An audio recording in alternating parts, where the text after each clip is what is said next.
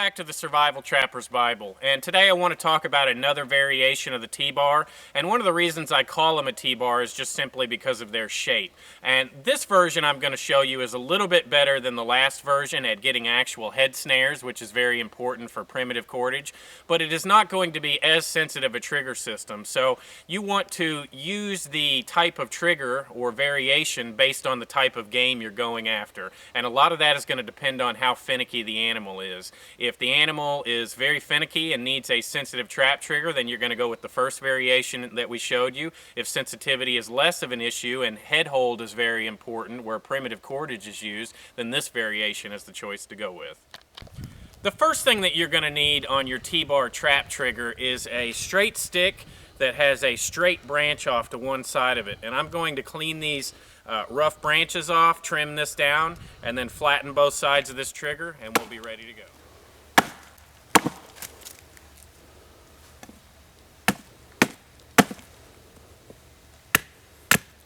Once you get your trigger piece completed, then you're going to need to make a circle of stakes. And essentially all this is some thumb-sized stakes driven into the ground, maybe 6 inches up off the ground, or depending on the size of the animal that you're going after. If you're going after rabbits, it's going to be lower to the ground. If you're going after raccoons, it's going to be higher.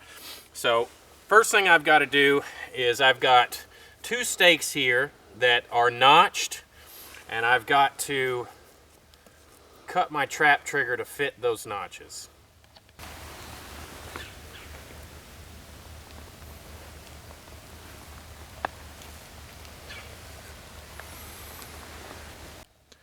Once we have measured the length of the trap trigger, then we're just going to take our knife and make 2 flat edges on both sides to fit into those notches.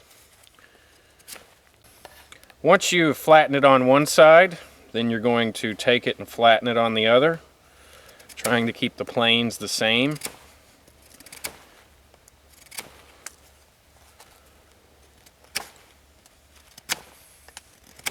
You may need to make some adjustments to this later once you get it set into the notches.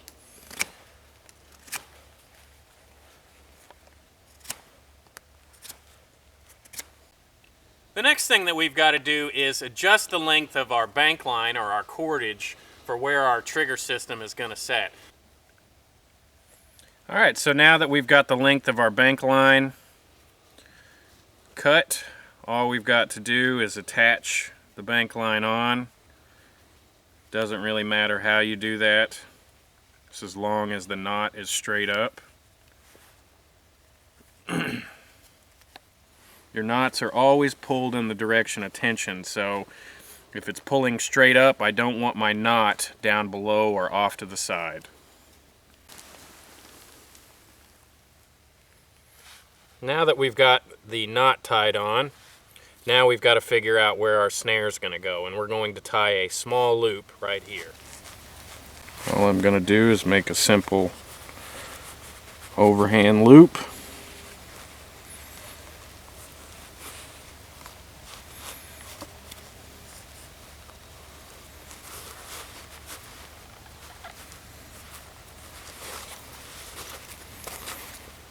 Now that we have our loop attached to our line, we're just going to take our snare wire or primitive cordage, whichever one you're using. Snare wire is always 100% better.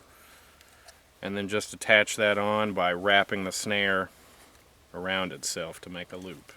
Once you have your snare attached, then you're going to set the trigger system.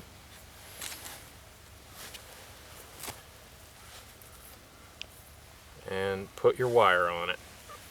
And your wire is going to go all the way around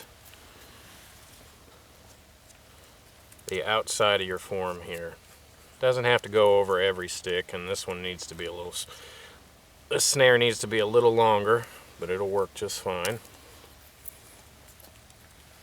Before you set your trigger system, you're going to want to attach your bait. And all I've done is made a little split at the end of the trigger system here, just like in my other trigger systems, to where I can physically jam the bait in. Then we're going to wrap our snare around the main section, And the idea or concept behind this trap is that the animal has to lift their head up over the stakes here in order to get to the trigger system. Now, this trigger system isn't as sensitive as some of the other ones that I've shown you, but it is more likely to get a head hold, so that's why it's good for primitive trapping. Now, for the animal to have the trigger system go off, they're going to have to pull in this direction, so you want to make sure the bait is tied on really well.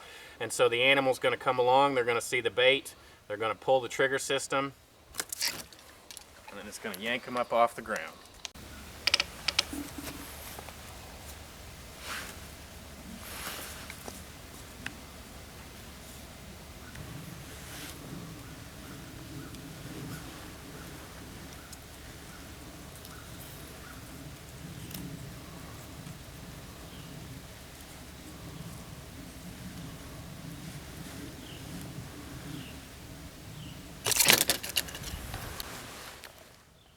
Okay, so there you have it. Those are the T-bar snare variations, and it is a fantastic trap to know. I can't tell you how many times I've caught animals with these.